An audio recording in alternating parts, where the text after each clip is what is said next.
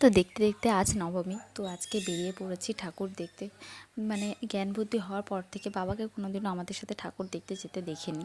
বাবা যেতেও চাইতো না, তো এই বছরে আমার ছেলেই সেই আশাটা পূরণ করে দিল। তো একসাথে কিন্তু সবাই মিলে বেরিয়েছি ঠাকুর দেখতে।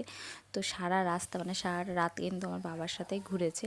আর এইদিকে প্রথমে চলে এসেছি একটা মানে যমরাজের একটা মানে অভিনয় করেছে প্যান্ডেলের পাশেই। তো সেখানেই দেখার জন্য লাইন দিয়ে নিয়েছি। তো দেখো এই যে আমাদের যমরাজ, আর এদিকে দেখো একজনকে তেলে ভাজা হচ্ছে। খুবই কিন্তু দেখতে ভালো লাগছিল। কিন্তু আমি ভেবেছিলাম বাবু ভয় পাবে, কিন্তু ও একটুও ভয় পায়নি। তো বাবার সাথে সে দেখো সামনে যাচ্ছে, ঠাকুর প্রথমে তো দেখে নিয়েছে। আর এদিকে পিছনে আমি আর তোমাদের দাদা ভাই। তারপরে আবারও চলে এসেছে বাবার কাছে।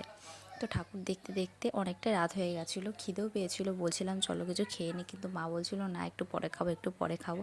এই করতে করতে খাওয়াই হয়নি, একেবারে খাবার নিয়ে বাড়ি গিয়ে খেয়েছিলাম। তো এটা দেখো এই যে এখানে বাবু এখানে টাকা দিচ্ছিলো, এটা ঠিক আমাদের বাড়ির পাশের প্যান্ডেলটা। এটা সবার লাস্টে দেখে বাড়ি চলে যাবো, এখনও দুটো ঠাকুর রয়েছে, তো সেই দুটো কালকে দেখবো।